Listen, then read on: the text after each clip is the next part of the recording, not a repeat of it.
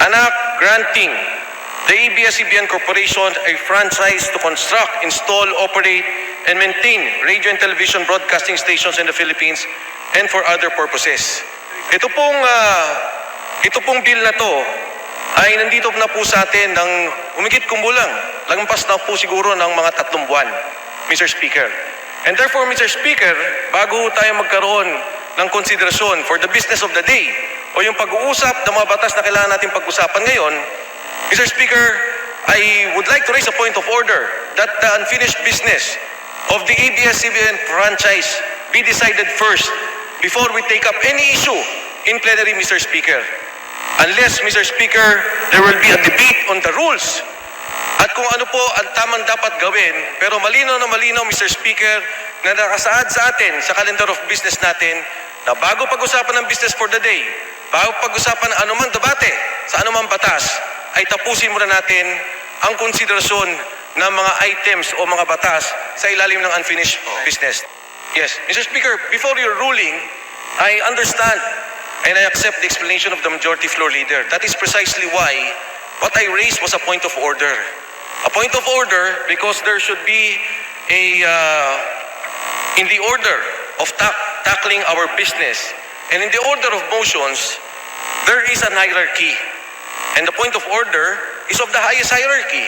What I'm saying, Mr. Speaker, what we have here is an unfinished business.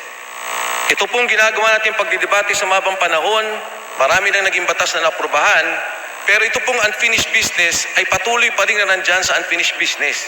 And therefore, Mr. Speaker, before tackling any other issue, before entertaining any other motion, bago pag-usapan kung anumang batas o kung anong pang motion, kailangan po sanang matapos muna natin yung ating pag-uusap. In particular, Mr. Speaker, again, I assert that the committee report conducted by the Committee of the Whole has been submitted for the longest time. Nandito na po sa atin yan, the unfinished business of the Abs-Cbn franchise. And I'm calling, Mr. Speaker, that we either affirm the committee report and do away with that unfinished business before we continue with the other businesses of the day that we are considering as a plenary, Mr. Speaker. Thank you. Thank you, the Honorable Defensor. The Chair will now rule on the point of order. As stated earlier, the Chair has sustained the explanation of the Honorable Floor Leader. Yes, we cannot take the point of order. So, sustaining the explanation of the Majority Leader, the point of order is not taken. Mr. Speaker, I appeal the ruling of the Chair. Mr. Speaker, before the Majority Floor Leader, if I may just read the particular section of the calendar of business. Letter B, business for the day. These are bills, resolutions, and other measures set on the calendar of business for the day by the Committee on Rules. They shall be considered as far as practicable. The business for the day can be considered as far as practicable in the order in which they are listed in the calendar of business and after the unfinished business. It is not the unfinished business which shall be considered as far as practicable, Mr. Speaker, as stated in Section 80 of the Rules of the House. Thank you, Mr. Speaker, for the guidance of our honorable colleagues, Mr. Speaker. Maraming salamat po. Una po sa lahat, nagpapasalamat ako sa kagalang-galang Boying Rimulya sa kanya pong pananalita. And with that assurance, of course, Mr. Speaker, I'm very happy sa konsiderasyon na binigay niya. And because, Mr. Speaker, previous to the Honorable Rimulya, the Majority Leader was the Honorable Arroyo. And now that you are the presiding officer, Mr. Speaker, with my highest respects, I will withdraw my appeal, Mr. Speaker, with that commitment. Maraming salamat po. The appeal is withdrawn. Thank you, Congressman Defensor. The Honorable Majority Leader. The Honorable Belmonte is recognized, please. Thank you very much, Mr. Chair.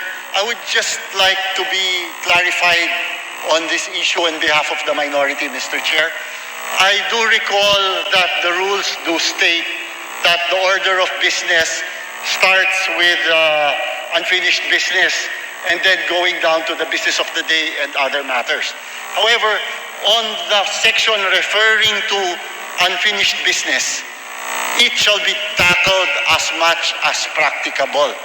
That is very, as far as I understand it, and from my experience being a member of this House for the past 5 years, it is not obligatory or mandatory na tapusin po muna natin yung mga unfinished businesses before we go to the business of the day.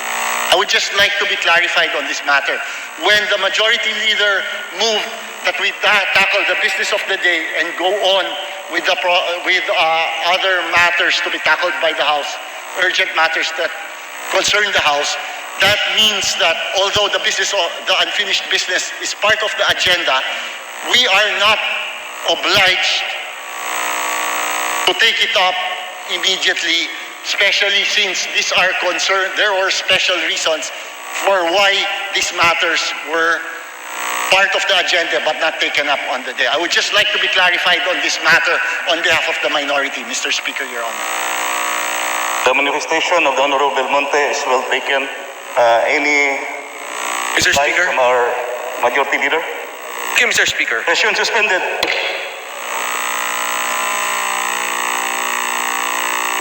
Session is resumed. The Honorable Majority Leader.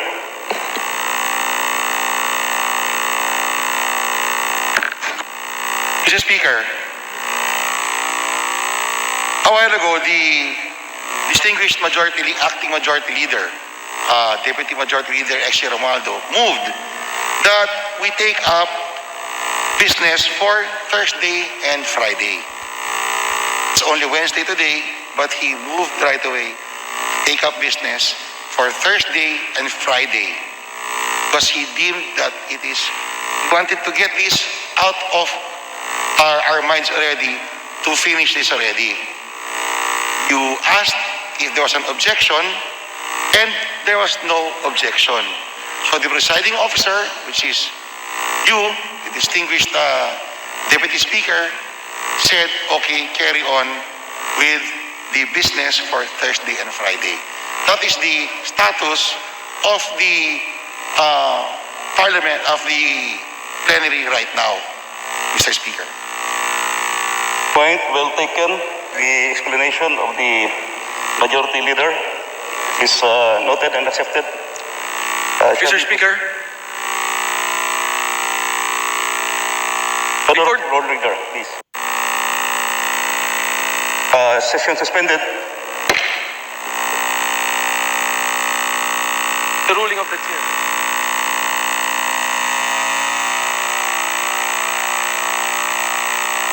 Session resumed. The Senior Majority Leader, the Honorable Remulla, is recognized. Thank you, Mr. Speaker. After conferring with the Honorable Defensor on his request for an assurance that the unfinished business shall be taken up on Monday, and since the presiding officer cannot give his word right now, but since he is not slated to be on the roster or on the podium on Monday, then it was already agreed upon with the Honorable Defensor that the assurance of the Senior Deputy Majority Leader is sufficient, that we will take up items in the unfinished business by Monday. We will start taking them up already, Mr. Speaker.